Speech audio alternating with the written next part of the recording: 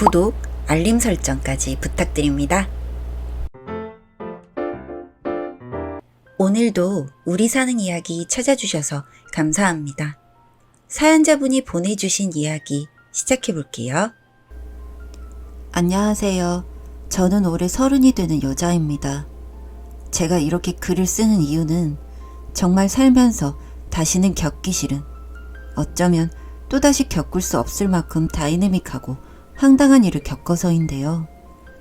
영화나 소설에서 일어날 법한 사기 결혼을 제가 당하게 되다니, 한동안 그 충격 때문에 일도 제대로 못하고 힘겹게 보냈네요.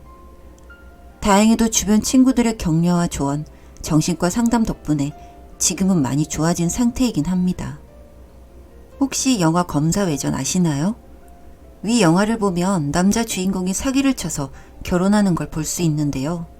자기 자신을 둔갑시키는 거예요. 저는 언급한 영화를 보면서 뭐 저런 남자들이 다 있나 싶었고, 심지어 깔깔깔 웃기도 했어요. 정말이지 픽션에만 존재하는 인물처럼 보였으니까요.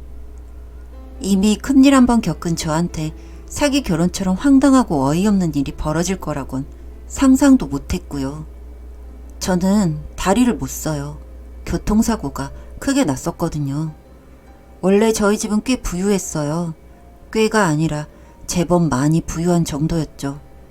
이름 되면 알만한 주택가에서 살기도 했고, 연예인들이 많이 산다는 동네에서 어릴 때부터 지금까지 나고 자란 수준이니까요. 아버지가 시작하신 사업이 대박나고 주식 주가도 오르면서 정말 많이 이것저것 지원받고 사랑받고 부족한 것 없이 컸습니다. 하나뿐인 외동딸이라고 하고 싶은 건 다 해줬고요. 말 그대로 사랑 많이 받고 자란 사람 그 자체였어요. 돌이켜보면 종종 후회가 돼요. 부모님한테 의존하기보다 자립심을 키워서 나 혼자 무언가를 척척 해나가는 사람이었으면 지금쯤 어땠을까? 내 인생이 달라졌을까 싶거든요. 교통사고가 난 계기도 무언가를 혼자 하기 싫어하는 제 미성숙함이 원인이었거든요. 그때 저는 대학교 3학년생이었고 운전면허가 없어서 저희 집에서 고용한 기사님이 운전을 해주시는 차를 타거나 택시를 타곤 했어요. 저하고 대중교통은 정말이지 거리가 먼 이야기였거든요. 지하철 노선표도 잘 모르고 버스 갈아타는 것도 그렇고, 아무튼 저는 생경한 걸 스스로 익힐 생각을 하지 못했어요. 너무 편하니까. 그날은 기사님이 일이 있어서 자리를 비운 상황이었고, 때마침 아버지가 출근을 안 하신 상태여서 태워달라고 부탁했어요. 아버지는 흔쾌히 수락했고요. 그렇게 고속도로를 지나면서 좋아하는 가수 음악도 듣고 수다를 떨며 가는데, 화물차 트럭 한 대가 차선을 갑자기 변경하더니 저희 쪽 차선으로 넘어오는 거예요. 역주행을 하면서요.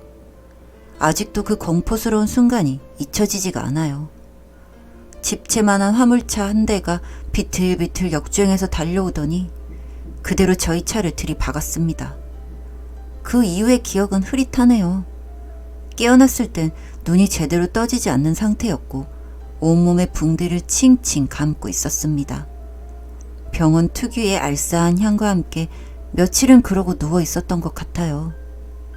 그렇게 저는 하반신 마비라는 청천벽력 같은 진탄을 듣게 됐고, 그보다 더 충격적인 아버지의 부고 소식을 전해 듣게 됐어요. 퇴원을 하고도 한참 그때 그 기억에 시달리며 살았던 것 같아요. 오죽하면 차라리 대학을 가질 말걸 수준의 사고까지 하게 됐으니까요. 어머니는 남편을 잃고 하나뿐인 딸의 다리까지 잃었으니 마음이 갈갈이 찢기셨죠. 하지만 어머니 자신마저 무너지면 안 된다는 생각으로 늘 씩씩하고 대담한 척 하셨어요. 같이 교회를 다녀볼까 하는가 하면 여러 가지 취미 활동을 하자고 권유하기도 했고요. 덕분에 저는 심리치료와 각종 활동으로 인해 우울증에서 조금씩 벗어날 수 있었는데, 사람이 한순간에 너무 많은 걸 잃게 되니까 심연의 구렁텅이에서 완전히 벗어나기란 거의 불가능 수준에 가깝더라고요. 자다가도 불쑥불쑥 교통사고의 악몽 때문인지 깨어나고, 웃다가도 눈물을 흘리고, 참 힘든 시기였어요. 사람은 한없이 약해지는 순간을 조심해야 한다는 그런 말 많이 들어보셨죠? 네, 저는 앞서 줄줄이 설명했던 일들을 겪고 만신창이가 된 상태였어요. 완전히 망가졌다는 말이 어울릴 만큼 약해진 상태이기도 했고요. 그때 남편 소리도 붙이기 싫은 그 쓰레기 자식을 만나게 된 거예요. 결정적인 계기는 한여름의 오후였어요. 뙤약볕이 쨍쨍 내리쬐고 있고 저는 일이 있어서 휠체어를 타고 동사무소에 들렸었고요. 일 처리를 다 하고 집에 가던 도중 문제가 생겼어요. 4차선 도로 항복판 횡단보도를 건넜는데 글쎄 중간에 휠체어가 멈춘 거예요. 제가 타고 다니는 휠체어가 전동 휠체어라 사람 손 없이 간단한 조작으로 움직일 수 있거든요. 그런데 조작키가 고장난 건지 뭔지 차들의 산란으로 붐비는 도로 한가운데에서 저 혼자 이도저도 못하면서 멀뚱멀뚱 있었어요. 정말 죽고 싶더라고요. 너무 비참하고 도와주는 사람도 없고 신호등은 이미 빨간불로 바뀌어서 여기저기서 클락son 소리가 들리고 하필이면 화물차가 오른편에 떡하니 있어서 트리거까지 눌리고 정말 호흡이 가빠오면서 기절 직전까지 갔어요. 위급한 상황이었죠, 저한테는. 그 순간 그 자식이 나타난 거예요. 길 건너에 있던 그 자식이 뛰어오더니 제 휠체어를 힘으로 밀어서는 다시 인도까지 올려줬어요. 저는 가쁜 숨을 몰아쉬며 고맙다고 연거푸 인사를 했고 답례의 의미로 지갑에 있던 수표를 건넸어요. 뭐라도 드려야 할 것 같았고 10만원짜리 수표는 제게 그다지 큰 돈이 아니었거든요. 워낙 모아둔 돈이 있다 보니까 그렇게 사치 안 부리며 살면 어느 정도 먹고 살 만한 수준은 됐고요. 그 자식 처음에는 손사래를 막 치다가 어물쩍거리며 봤더라고요. 저는 그땐 별 의심 없이 웃으면서 인사를 했고 집에 가려는데 글쎄 그 자식이 저를 집까지 배웅해 주겠다는 겁니다. 휠체어도 고장나지 않았냐면서요. 그렇게 그 길로 그 자식이 저희 집까지 오게 됐고 어머니는 들어오라면서 고맙다고 몇 번이나 고개를 숙이고 식사까지 함께하게 됐어요. 외모도 환칠하고 유머 감각도 좋은 게 당시 제 마음에 쏙 들었습니다. 정말 잘해보고 싶다는 생각이 들었는데 걸을 수 없는 제 자신이 비참할 뿐이었죠. 그 자식이랑은 그 뒤로도 몇 번 더 만났어요. 만나서 이런저런 이야기도 하고 같이 데이트 비스름한 것도 하는데 저한테 참 친절하고 말도 잘 통하는 게 이성으로 만나보고 싶다는 생각이 들더라고요. 그런데 솔직히 하반신 마비인 제가 훤칠하고 미래가 탄탄대로인 남자한테 구애를 하는 건 민폐 같다는 생각에 주눅이 들어서 아무 말도 하지 않고 있었습니다. 그렇게 몇 달간 친구로만 만나던 도중 그 자식이 먼저 제게 구애를 하더라고요. 저는 그 자리에서 눈물을 펑펑 쏟았고 그 자식은 또 설탕 발린 말을 하며 절 달래고 아무튼 그런 식으로 해서 몇 달 더 사귀다가 결혼까지 하게 됐습니다. 그때까지 순진한 저와 제 어머니는 그걸 운명적인 만남이라 생각했고 잘될 일만 남았다 하며 기뻐했죠. 게다가 그 자식이 저희 집에서 그냥 어머니랑 셋이 살자며 그게 너한테도 더 좋지 않겠냐 해서 셋이 살게 됐습니다. 지금 생각해보면 그 자식 좀 있는 집 자식인 것처럼 거짓말 쳤는데 진실은 비렁백이니까 신혼집 구할 돈 없어서 저희 쪽에 빌붙으려고 그런 거였죠. 어쨌든 그렇게 해서 셋이 살게 됐고 저는 그 자식을 열렬히 진심을 다해서 사랑했어요. 그 일이 있기 전까지는 말이죠. 어느 날 갑자기 저희 어머니가 요리를 하시다가 칼을 떨어뜨리더라고요. 저는 챙 소리와 함께 발밑으로 떨궈진 칼을 보자마자 놀라서 소리를 질렀고 그 자식이 어머니 곁에 달려가 칼을 주었습니다. 그때 어머니가 하는 말이 앞이 뿌연 게 잘 보이지가 않아 였습니다. 그 자식이 놀란 저를 진정시킨 다음 어머니랑 바로 병원에 가더라고요. 의사가 하는 말이 저희 어머니가 망막혈관 폐쇄라는 병에 걸렸다는 겁니다. 이름만 들어도 큰 병 같고 무언가 무섭지 않나요? 네, 실제로도 큰 병이 맞더라고요. 시력을 서서히 좀 먹어가는 병에 걸린 것입니다. 그 뒤로 저는 한동안 잠잠했던 우울증이 다시 도져서는 매일매일을 눈물로 지새웠어요. 모아둔 돈으로 차린 공방에 가서도 일이 손에 잡히지 않아 멀건 눈으로 창밖만 바라보는 일이 잦았습니다. 공방 클래스를 들으러 오던 손님들도 점차 뜸해졌고요.